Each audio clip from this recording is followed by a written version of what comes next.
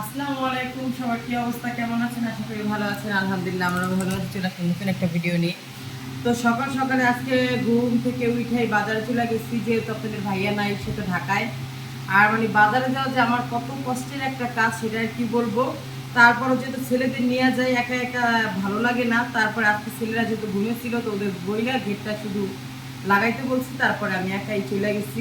তখন প্রায় 8টা, সাড়ে 8টার মতো বাজে। তো যাই হোক, এত তাড়াতাড়ি বাজারে যাওয়া তো অভ্যাস নাই। আমরা তো যেহেতু শহরে ছিলাম, 9টা, 10টা, 11টা, 12টা, আমাদের শহর ঢাকার শহরে তো সারাদিনই বাজার খোলা। এর তো মানে কোনো যখন যাই তখন এই যে বাজার। গ্রামে তো একটা রুলস মেনে চলা লাগে, সকালবেলা না গেলে মাছ পাওয়া যায় না। যদিও এটা শহরের ভিতরে, তারপরে এরকমই। তো আজকে দেখেন আমি যাই আসলে যেই বাজারে গেছি, আজকে ফার্স্ট টাইম গেছি। এগুলো কিন্তু সব নদীর মাছ।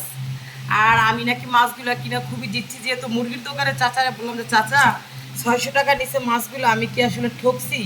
বললো যে মা, মাছ আছে 1.5 কেজির কাছাকাছি, তুমি এগুলো 800 টাকা কেজির মতো যায়।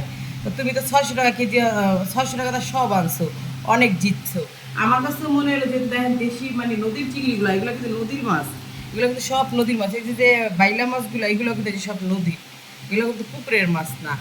তাইলে আসলে মাছ কিনে আসলে জিততে পারলে কিন্তু ভালোই লাগে। তো বেশি বাজার করি নাই, এই মাছ কিনলাম আর এই একটা মুরগি আনছি ছেলেদের জন্য। তারা পছন্দ করে, আমার তো তেমন ভালো লাগে না।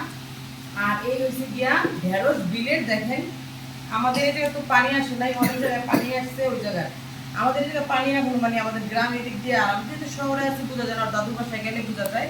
আর আমার বাবার বাড়ি গেলে হতে বোঝা যায়। কিন্তু আর দাদুর বাসায় এসে গিয়া বিলের দিক তো, ওই দিক পানি দেখা যায়, আর আমাদের দিক তেমন একটা পানি আসে না।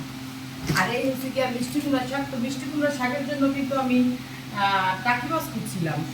টাকি মাছগুলো দিয়ে কিন্তু মিষ্টি কুমড়া এই শাকগুলো ভুনা করলে আমাদের অনেক পছন্দ, আপনাদের ভাই আর আমার আমার অনেক পছন্দের।